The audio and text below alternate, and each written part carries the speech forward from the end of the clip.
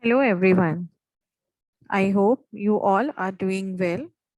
So, today's topic for discussion is corals, which is the landlords of the reefs. You must be wondering why we are discussing about the corals. The reason is that corals form coral reefs, which is a very diverse feature on the Earth's surface. We will be discussing the coral reefs in the next lecture, but before proceeding for the lecture on coral reefs, let's discuss what are the corals. Corals are known as the landlords of the reefs.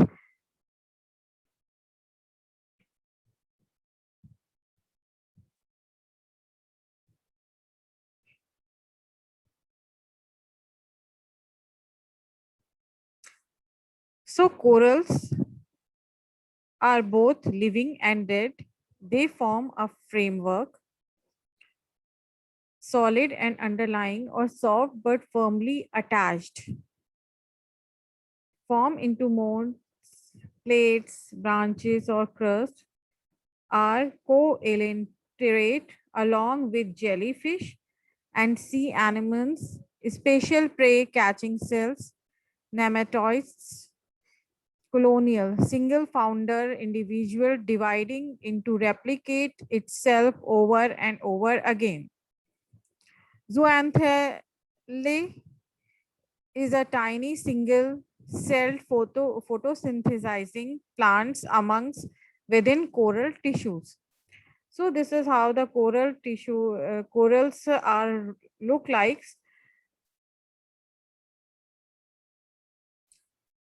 So what you should know about the corals? First thing is that they are the animals, and the very prominent thing about these corals are is that plants live inside of them, and these plants which lives inside the corals are known as the xantholes.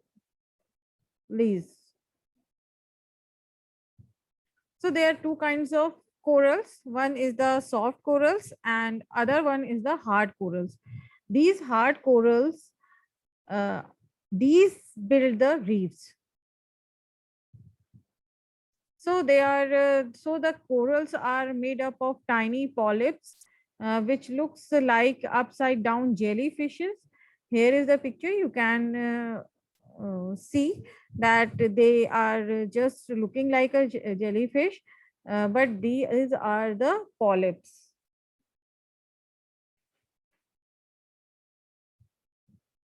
So we will be discussing mostly about the hard corals because these are the reef builders.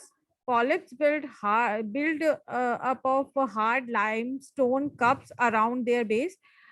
These base formed around their bases, which helps them whenever there is some activities around them, so they just hide under these into these cups. So the cups cement together to make a coral colony. Reefs are made up of hundreds of hard coral colonies next to and on top of each other. So this is how they form. You can see in the picture.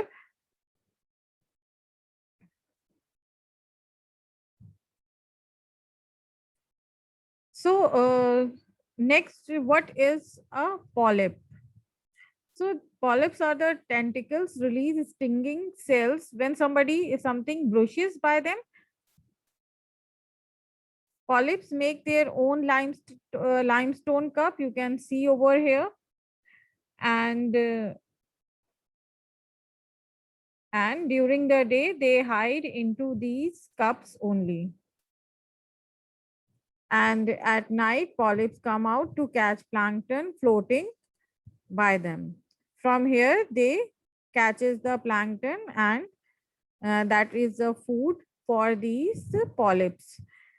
A very beautiful representation of these corals is shown in a movie uh, called Life of a Pi, in which the hero is on some island, and the lights, the very shining parts over there were these polyps. Means that island, around that islands is the coral reef.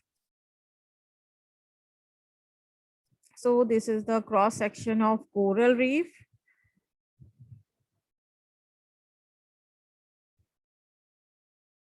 So around a coral reef, algae, coral polyps, and they all lives together. And inside polyps lives zooanthellae, which are algae, means they are the plants. They make their own food with the help with the process called photosynthesis. You must be knowing that photosynthesis is a process of making food with the help of carbon dioxide and sunlight. So zoos and thele gives corals their color. So the color which is from brown to green is just because of this zooanthele, which gives the corals their beautiful color. Since algae are parts, they use sunlight and carbon dioxide to make food, and the process is known as photosynthesis, as already told you all. So this is the anatomy of coral polyp, showing the location of zooanthele. So this is the mouth from where these polyps catches the plankton. So this is the skeleton, and this is the big digestive sac, and these are the limestone callus. And here in the tentacles are the zooxanthellae.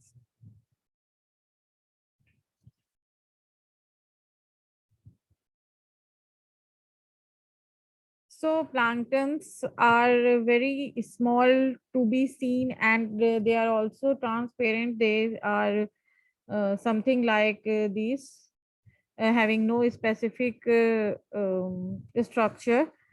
They are gelatinous. Some predators, other produce fine mesh for collecting food. Some produce mucus house.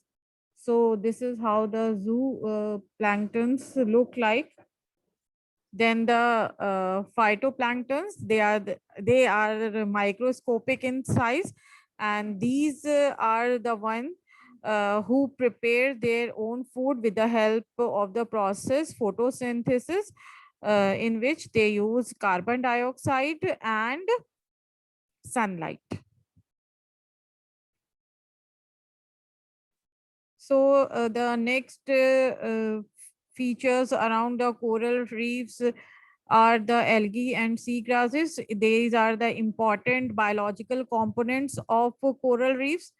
Around 500 species of seaweeds and 12 species of seagrasses are found in the Great Barrier Reef. You can see the Great Barrier Reef in the slides background.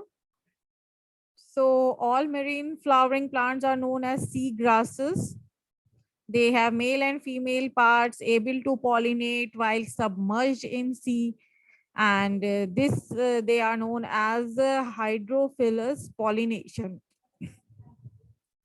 And the non-flowering marine plants are known as algae and seaweed.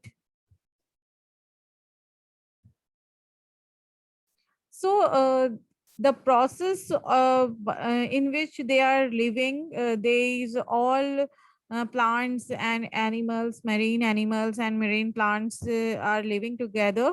This is known as the symbiosis, means so happy together. So two organisms, when they are living together and helping each other, is called the symbiosis. Like zooxanthellae make oxygen and remove the polyps waste and make food for the polyp, and from the process photosynthesis. And coral polyps in return, these coral polyps protect the zooxanthellae, releases carbon dioxide and provide it with necessary nutrients from their own waste.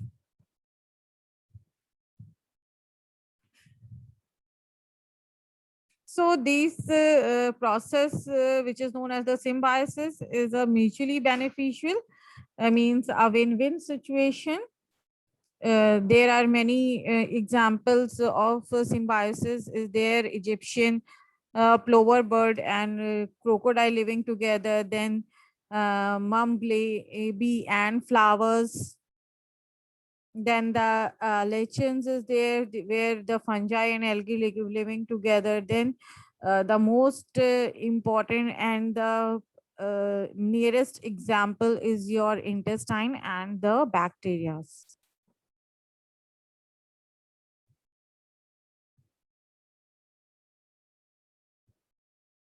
So these are some pictures in which the examples of seaweeds, corals, and uh, all marine plants and animals are shown here. So that's it for this introductory lecture of corals. In the next lecture, we will be discussing about the coral reefs and the different types of coral reefs and the importance of coral reefs. Okay, thank you all. Thank you for watching. And if you have any question, just drop your question in the chat box. I'll try to answer each and every question. Apart from this, you can also contact me on my mail ID, that is geospatialmaple@gmail.com. Thank you.